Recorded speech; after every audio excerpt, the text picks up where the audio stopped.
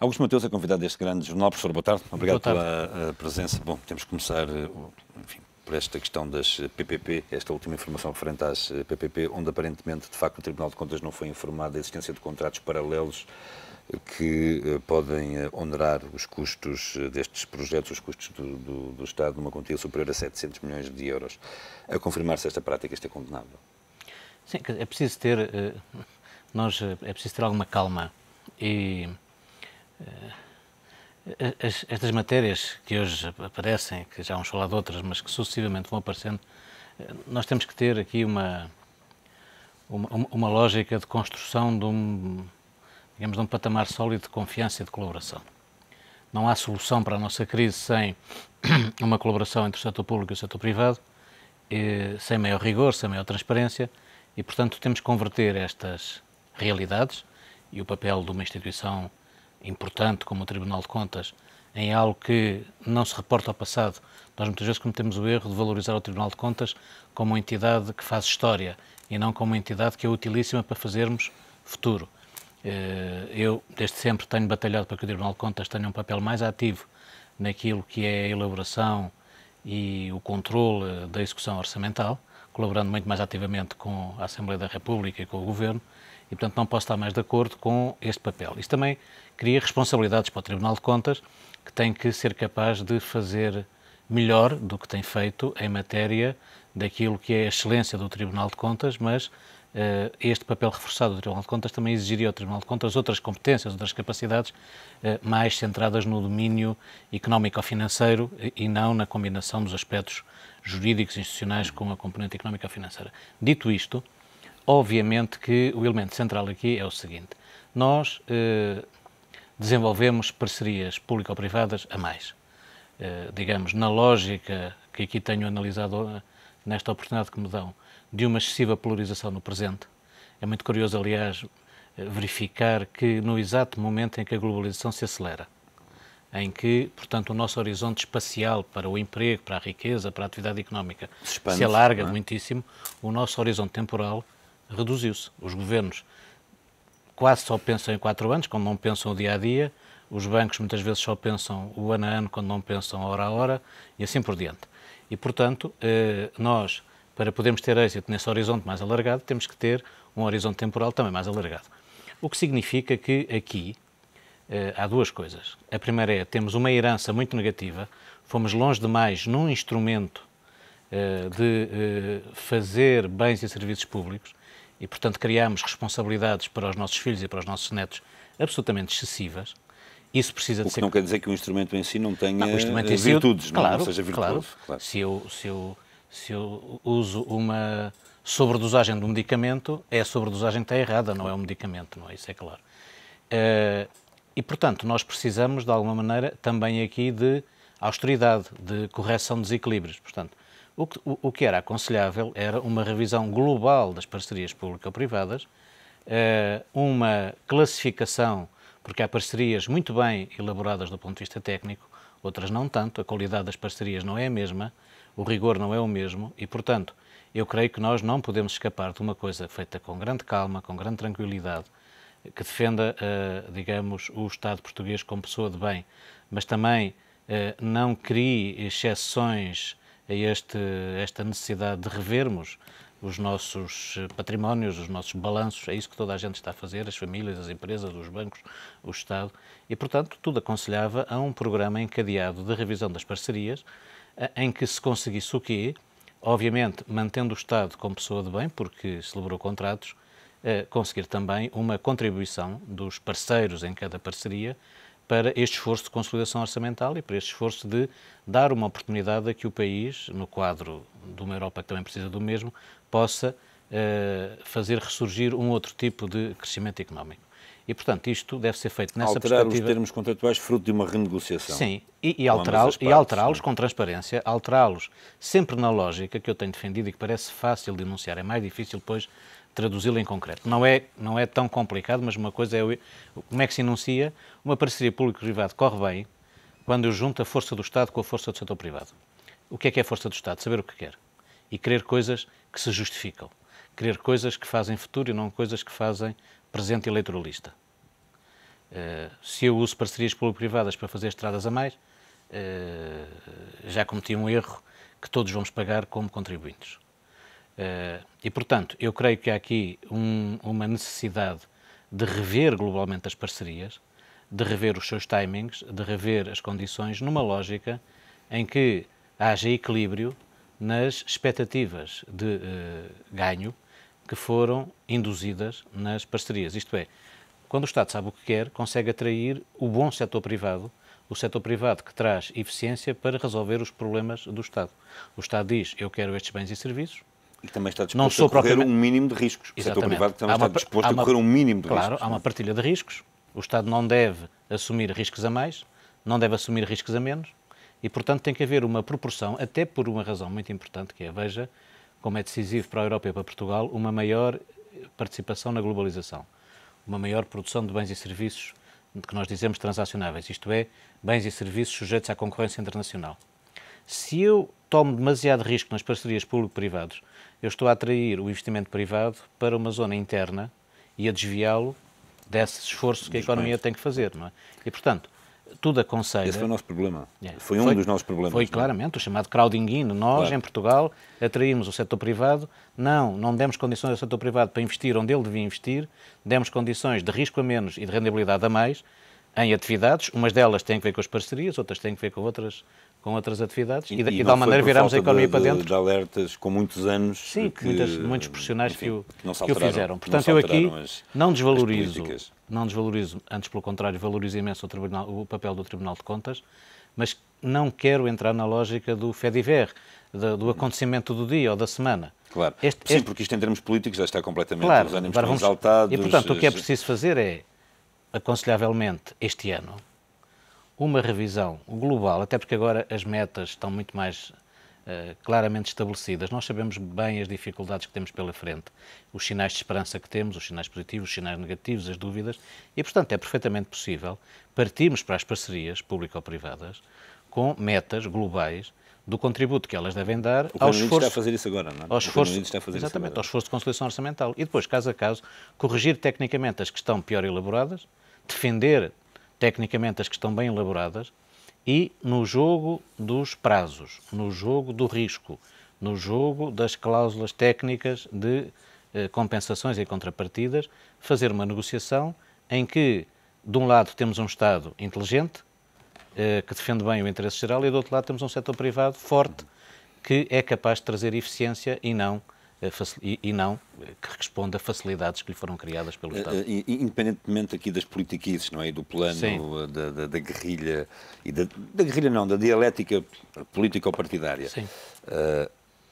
Caso, porque estas informações e este relatório podem indiciar que houve aqui uma sonegação, uma tentativa de sonegação de informação ao Tribunal de Contas, estas práticas são condenáveis e têm de ser punidas independentemente dos níveis onde seguramente, são e tem que se apurar responsabilidades, tudo isso é importante, mas isso não é solução.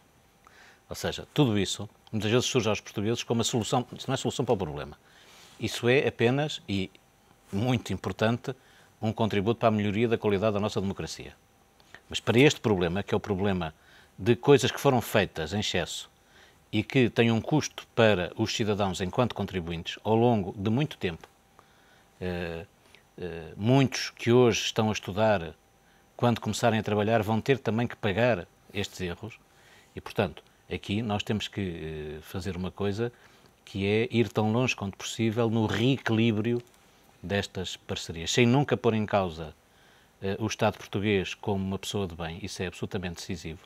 Não podemos ter um Estado que hoje decreta... Isso na questão da energia não correu bem, ou pelo menos não está a correr bem. Sim, não é? mas... Essa pseudo-renegociação não está a correr exatamente, bem. Mas, portanto, o melhor é fazê-lo até de forma transparente. Um Estado que se apresenta a dizer, olha, eu tenho esta necessidade de consolidação orçamental. E, portanto, estabeleci estes sacrifícios em termos de pensionistas, estabeleci estes sacrifícios em termos de funcionários públicos, estabeleci estes sacrifícios em termos de contribuintes, estabeleci estes sacrifícios em termos de organização do Estado, estabeleço estes sacrifícios em termos de parcerias público-privadas. Isto é absolutamente transparente, é absolutamente claro e, com base nesta meta global, é possível partir para uma renegociação em que, obviamente, o setor privado pode ter um papel muito importante dizendo, ok, está em causa aqui uma poupança de X milhões para o Estado, nós propomos que essa poupança seja feita através dos seguintes mecanismos. E, obviamente, pode ser aceitável essa realidade, porque o Estado o que quer é, obviamente, garantir a manutenção dos investimentos, a sua...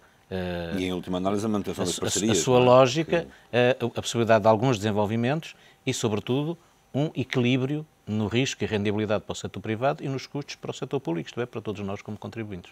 Eu, às vezes, professor, quando ouço aqui nas nossas conversas, com essa simplicidade e com essa facilidade, questiono porque é que, de facto, nos bastidores as coisas não se podem passar assim. Talvez porque você tenha uma excessiva fragmentação da decisão pública e porque tenha deixado entrar por uma qualquer porta ou por qualquer janela uma coisa terrível, que é a desconfiança sobre o profissionalismo, a capacidade científica e técnica. Um Estado que não baseia a sua decisão na defesa do interesse geral e na sua explicitação e que não tem ao seu serviço competências científicas e técnicas qualificadas, um Estado que se fragmenta, é obviamente um Estado que tem pouca capacidade para defender o interesse público. E, portanto, muito provavelmente, alguns dos erros não estão nas pessoas, estão na forma como os governos funcionam e estão nesta fuga que se fez para a frente, que eu já abordei, de um primado total do presente. Venha a mim, dentro daquilo que eu sou nesta sociedade, o máximo de coisas neste presente, em vez de vir a mim, nesta sociedade, o máximo de oportunidades e o máximo de opções de escolha para a evolução de mim próprio, da minha família, da minha comunidade, do meu território, da minha cidade, do meu país. Este erro, lapso, nas palavras do Primeiro-Ministro, detectado hoje pela UTAU, é determinante em termos, para já, em termos de obtenção do déficit estipulado ou neste momento? Não creio, não traz nada de novo. É uma coisa... Não se pode dizer outra coisa que não seja, não devia ter acontecido. Não é? Já dissemos isto. Também não falar por mais. Quer dizer, não... É isso, já dissemos.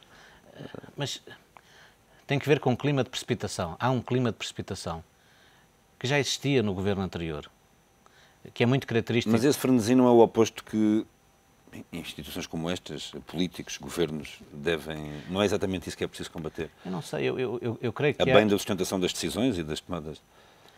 Eu creio que temos um fenómeno civilizacional que é um fenómeno, digamos, em vez de neon, conversa. Vivemos em sociedades que são sociedades de comunicação. Hoje, a televisão, a internet, a comunicação social tem um papel importantíssimo na formação da opinião pública e ela própria legitima-se numa lógica de frenesim, numa lógica de presença. Repare, você hoje aceita com naturalidade que na comunicação social todos os minutos, todas as horas, todos os dias, todos os meses sejam iguais. Você funciona numa lógica 24 sobre 24, 7 por 7, não é? Todos os dias são iguais. À exceção, digamos, de alguns dias em que a coisa é um pouco mais tranquila, porque as bolsas não abriram. Não. Mas, de um modo geral, nós criamos um ritmo, não é? Veja, por exemplo, do ponto de vista da organização do próprio cotidiano das pessoas, como as horas de comunicação social ganharam um peso decisivo, como a meia-noite deixou de ser a meia-noite, as 8 da noite deixaram de ser as 8. Portanto, a própria organização da nossa vida cotidiana nas grandes cidades é hoje muito dominada por esta sociedade de comunicação. Isso induz, quando não se tem uma estratégia quando não se sabe muito bem o que está a fazer, quando não se tem uma estratégia muito bem pensada, induz muitas vezes uma lógica de resposta às procuras, quando não tem que se dar resposta nenhuma a essas procuras. A procura de notícia deve encontrar, na minha opinião, muitas vezes a resposta que não há notícia nenhuma. Não se pode estar sempre a falar, às vezes é uma lógica até por uma razão muito importante, que é, em economia, as expectativas, a confiança, é uma coisa muito difícil de estabelecer e que se pode arruinar num segundo. E, portanto, há certas coisas que os governos têm que comunicar não com pompa e circunstância, nem com ausência de transparência, devem ser comunicadas com transparência. Deve-se dizer sempre, deve-se falar sempre verdade, mas não se pode estar sempre a dizer toda a verdade a toda a hora. Não é? Isto é, um responsável político não tem que a qualquer minuto falar de tudo a todo o tempo. Sim. Tal como um pai que tem uma função, ou uma mãe que tem uma função de educação dos seus filhos, não podem estar sempre a dizer as mesmas coisas aos filhos, a reagir da mesma maneira. Têm é que, de alguma maneira, ter capacidade, e quando não têm, têm que pedir ajuda para comandar um processo educativo. E, portanto, na política económica, que é aquilo que aqui nos está a ocupar, é muito importante a forma como os governos falam com os agentes económicos, falam com os cidadãos, a regularidade com que o fazem. Falar vezes demais sobre um problema é errado. Nós não temos que falar a todas as horas sobre o desemprego, a todas as horas sobre a inflação. E, portanto, este clima de precipitação tem muito que ver com esta lógica de um funcionamento de uma sociedade de comunicação, de uma sociedade de comunicação alargada e de um jogo político mais centrado sobre exatamente na comunicação do que sobre na substância. Veja como a maior parte dos deputados falam a propósito, a sua grande fonte de informação tende a ser a comunicação social e não o estudo próprio dos dossiês e dos fenómenos.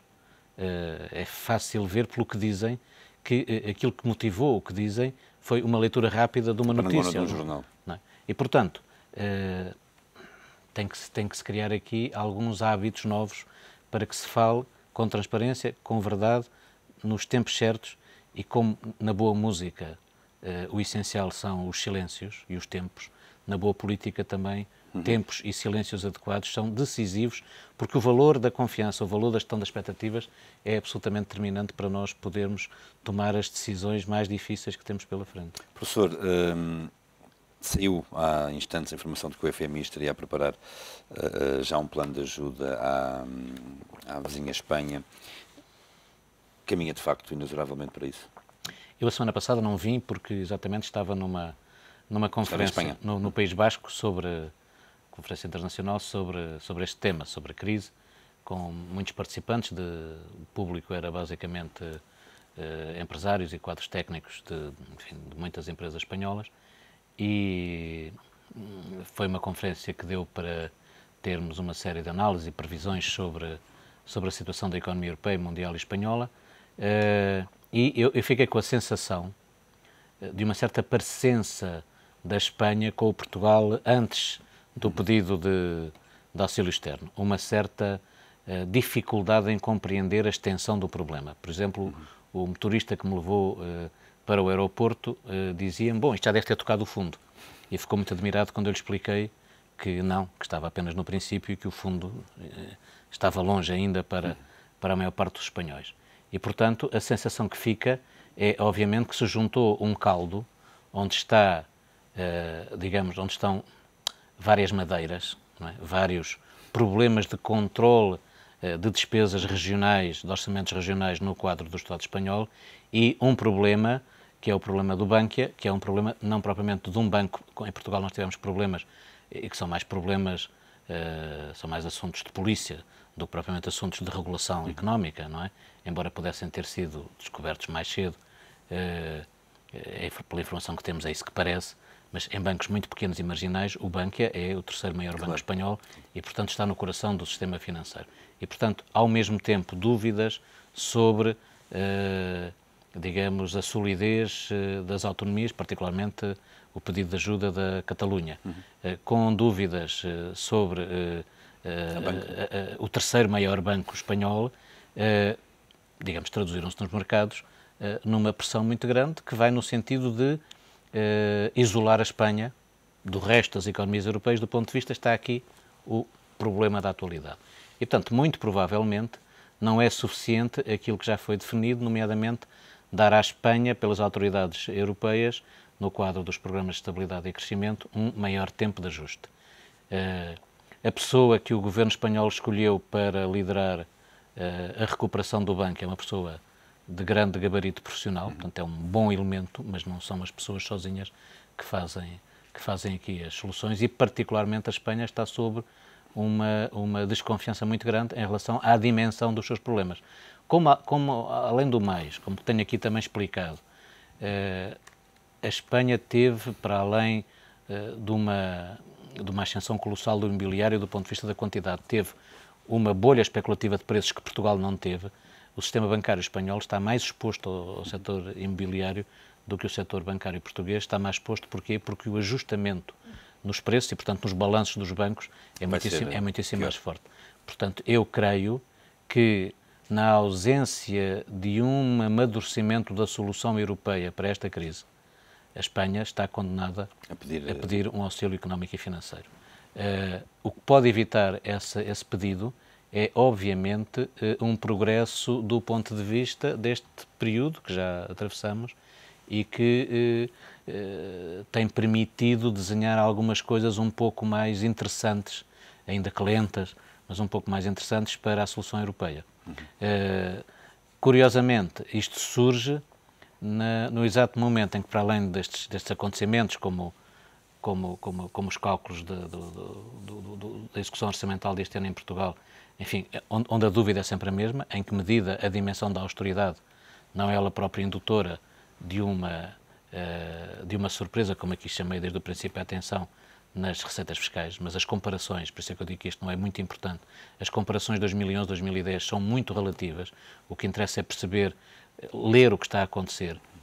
Por exemplo, há uma leitura, mesmo nas coisas mais negativas do IVA, em que eventualmente o que está a acontecer é que as empresas que colapsam praticavam mais evasão fiscal do que as empresas que ficam e, portanto, a repercussão em matéria de receita fiscal não é tão forte. Há alguns sinais interessantes, por exemplo, o comportamento das exportações portuguesas é um comportamento que dá um sinal de esperança não fictício do ponto de vista de nós, em Portugal, somarmos alguma maior tranquilidade no contexto dos países em dificuldade e alguma predisposição da generalidade da população para cerrar fileiras e batalhar com credibilidade pelo futuro do seu país.